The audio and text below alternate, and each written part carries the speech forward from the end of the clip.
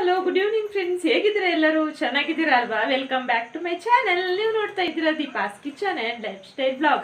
ಇವತ್ತು ನಾನು ಏನು ಮಾಡ್ತಾ ಇದ್ದೀನಿ ಅಂತ ಹೇಳಿದ್ರೆ, ಸಂಜೆ 5 ಗಂಟೆ ಆಯಿತು. ಇವಾಗ 5 ಗಂಟೆಗೆ ನಾನು ಬ್ಲಾಗ್ನ ಇವತ್ತು ಮಾಡ್ತಾ ಇದ್ದೀನಿ. ಇವತ್ತು ನಾನು ಏನು ಮಾಡ್ತಾ ಇದ್ದೀನಿ ಅಂತ ಹೇಳಿದ್ರೆ, ನಾನಿವತ್ತು ಬ್ಲ್ಯಾಕ್ ಹೆಡ್ಸ್ ಮತ್ತು ವೈಟ್ ಹೆಡ್ಸ್, ಆ ನಂತರ ಅನ್ವಾಂಟೆಡ್ ಹೇರ್ಸ್, ಸಣ್ಣ ಸಣ್ಣ ಕೂದಲೆಲ್ಲ ಇರುತ್ತಲ್ಲ ಮುಖದ ಮೇಲೆ, ಆ ನಂತರ ಸಣ್ಣ ಸಣ್ಣ ಪಿಂಪಲ್ಸ್, ಇಲ್ಲೆಲ್ಲ ಪಿಂಪಲ್ಸ್ ಆಗುತ್ತಲ್ಲ, ಅಂಥವ್ರಿಗೆ ಒಂದು ಶಾಶ್ವತ ಪರಿಹಾರವನ್ನು ನಾನಿವತ್ತು ತಗೊಂಡು ಬಂದಿದ್ದೀನಿ. ಈ ಬ್ಲ್ಯಾಕ್ ಹೆಡ್ಸ್ ವೈಟ್ ಹೆಡ್ಸ್ ಆಗೋದಕ್ಕೆ ಅಂಥದ್ದೇ ಅಂತ ಪರ್ಟಿಕ್ಯುಲರ್ ರೀಸನ್ ಅಂತೂ ಏನೂ ಇಲ್ಲ. ಎನ್ವೈರ್ಮೆಂಟ್ ಇಂದ ಕೂಡ ಆಗ್ಬೋದು, ಅಥವಾ ನಮ್ಮ ಬಾಡಿಯಲ್ಲಿ ಹಾರ್ಮೋನ್ ಇಂಬ್ಯಾಲೆನ್ಸ್ ಇಂದ ಕೂಡ ಆಗ್ಬೋದು. ಆನಂತರ ಏಜಿಂಗ್ ಪ್ರಾಬ್ಲಮ್, ನೆರಿಗೆ ತರ ಬೀಳುತ್ತಲ್ಲ ಮುಖದ ಮೇಲೆ, ಇವಾಗಿನ ಲೈಫ್ ಸ್ಟೈಲಲ್ಲಂತೂ ತುಂಬಾ ಚಿಕ್ಕ ವಯಸ್ಸಿನಲ್ಲೇ ನೆರಿಗೆಗಳು ಬೀಳಕ್ಕೆ ಸ್ಟಾರ್ಟ್ ಆಗುತ್ತೆ. ಇದಕ್ಕೆಲ್ಲ ಏನು ಮಾಡಬೇಕು ಅನ್ನೋದನ್ನ ನಾನಿವತ್ತು ನಿಮಗೆ ತಿಳಿಸ್ಕೊಡ್ತೇನೆ. ಕೆಲವರಿಗೆ ಪಿಂಪಲ್ ಏನಕ್ಕೆ ಆಗುತ್ತೆ ಅಂತ ಹೇಳಿದ್ರೆ, ಸ್ವೀಟ್ ತಿನ್ನೋದ್ರಿಂದ ಪಿಂಪಲ್ ಆಗುತ್ತೆ, ಅಥವಾ ಪೀರಿಯಡ್ಸ್ ಟೈಮಲ್ಲಿ ಹುಡುಗಿರಿಗೆ ಜಾಸ್ತಿಯಾಗಿ ಪಿಂಪಲ್ ಆಗುತ್ತೆ. ಪೀರಿಯಡ್ಸ್ ಟೈಮಲ್ಲಿ ಆದರೆ ಅಂತೂ ನಾನು ತುಂಬ ಜನರು ನೋಡಿದ್ದೀನಿ, ಹುಡುಗಿರು ತುಂಬ ಅದನ್ನು ಈ ಥರ ಪ್ರೆಸ್ ಮಾಡಿ ತೆಗಿತಾರೆ.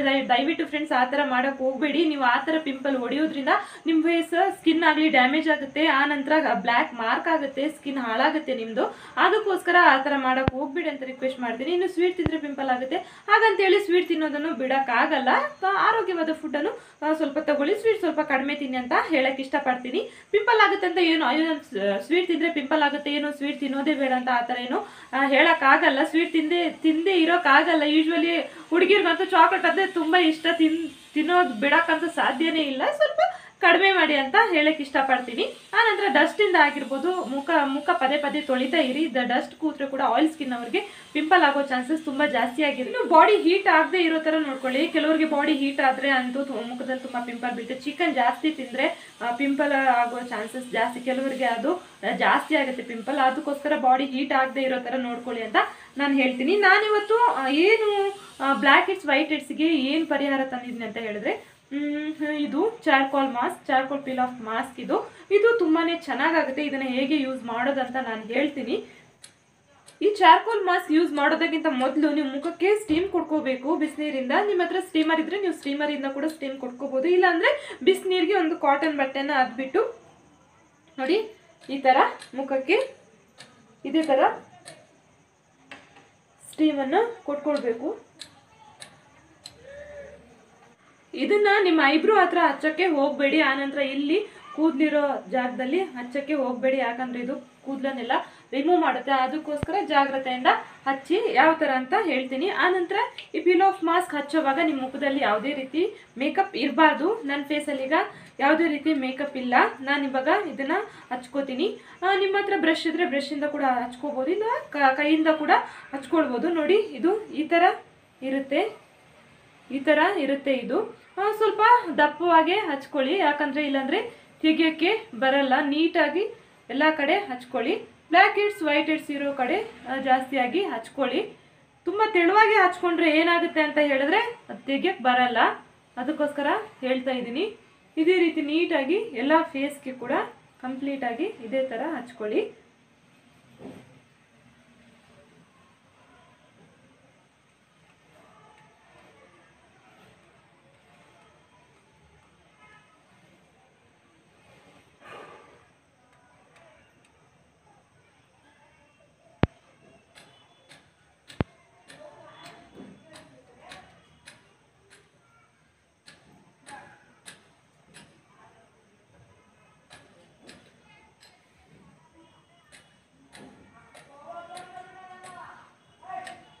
ನೋಡಿ ಫ್ರೆಂಡ್ಸ್, ನಾನಿವಾಗ ನೀಟಾಗಿ ಎಲ್ಲ ಕಡೆ ಫೇಸ್ಗೆ ಅಪ್ಲೈ ಮಾಡ್ಕೊಂಡಿದ್ದೀನಿ. ಇದು ಕಂಪ್ಲೀಟಾಗಿ ಡ್ರೈ ಆಗಬೇಕು. ಡ್ರೈ ಆದ ನಂತರ ಯಾವ ರೀತಿ ತೆಗೆಯೋದಂತ ಕೂಡ ನಾನು ನಿಮಗೆ ಇದನ್ನು ತಿಳಿಸ್ಕೊಡ್ತೀನಿ.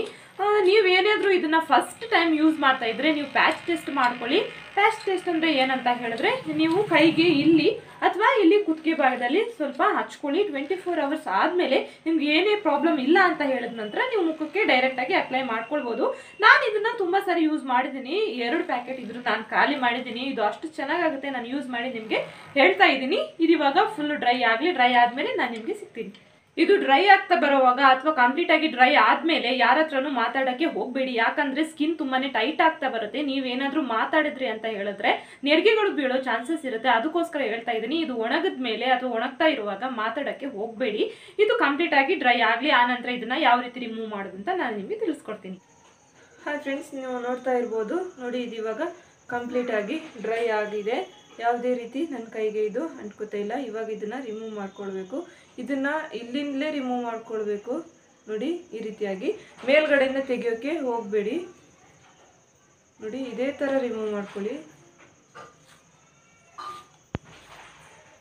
ಕ್ಲೀನಾಗಿ ನಿಮ್ಮ ಬ್ಲ್ಯಾಕ್ ಹೆಡ್ಸ್ ವೈಟ್ ಹೆಡ್ಸ್ ಎಲ್ಲ ಕ್ಲೀನಾಗಿ ಬಂದುಬಿಡುತ್ತೆ.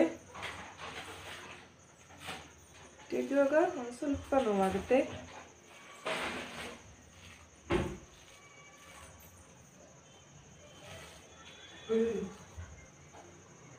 ಇದೇ ಥರ ತೆಗಿತಾ ಬರಬೇಕು. ಮೂಗಿನ ಸುತ್ತ ಇರುವ ಸಣ್ಣ ಸಣ್ಣ ಕೂದಲು, white heads, black heads clear ಆಗುತ್ತೆ. ಸ್ಕಿನ್ ಕ್ಲಿಯರ್ ಆಗುತ್ತೆ.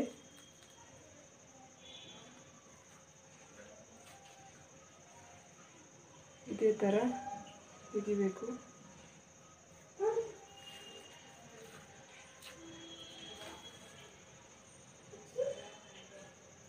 ನಿಮಗೆ ಡಿಫ್ರೆನ್ಸ್ ನನ್ನ ಮುಖದಲ್ಲಿ ಕಾಣಿಸ್ತಾ ಇದೆ ಅಂತ ಅನ್ಕೋತೀನಿ.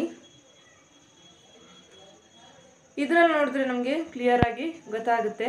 ಯಾಕಂತ ಹೇಳಿದ್ರೆ ಇದರಲ್ಲಿ ವೈಟ್ ಹೆಡ್ಸ್ ಎಲ್ಲ ಕ್ಲಿಯರ್ ಆಗಿ ಕಾಣುತ್ತೆ. ಚಿಕ್ಕ ಚಿಕ್ಕ ಕೂದಲು ಕೂಡ ಬಂದ್ಬಿಟ್ಟಿದೆ. ನಿಮಗೆ ಕಾಣಿಸ್ತಾ ಇದೆಯೋ ಇಲ್ವೋ ಗೊತ್ತಾಗ್ತಾ ಇಲ್ಲ, ಬಟ್ ನನಗೆ ಕ್ಲಿಯರಾಗಿ ಕಾಣಿಸ್ತಾ ಇದೆ.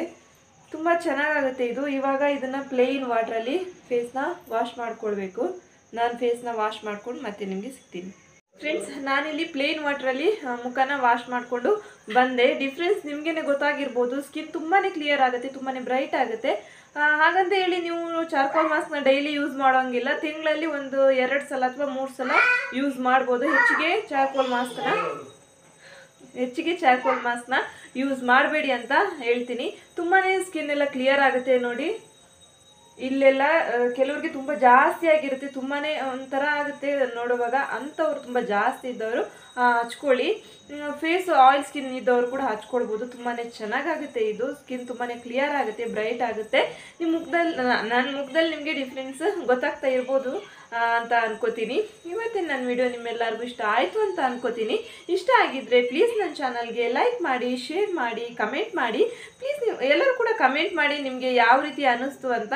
ನಿಮ್ಮ ಕಮೆಂಟ್ ಓದೋದಂದರೆ ನನಗೆ ತುಂಬಾ ಇಷ್ಟ. ನೋಡ್ತಾ ಇರ್ತೀನಿ, ಎಲ್ಲರೂ ಕೂಡ ಕಮೆಂಟ್ ಮಾಡ್ತಾ ಇರ್ತೀನಿ, ಡೈಲಿ ಓದ್ತಾ ಇರ್ತೀನಿ. ತುಂಬಾ ಖುಷಿ ಆಗುತ್ತೆ. ಕಮೆಂಟ್ ಮಾಡಿ ನಿಮಗೆ ಹೇಗೆ ಅನ್ನಿಸ್ತು ಅಂತ ನನಗೆ ಕೂಡ ಹೇಳಿ.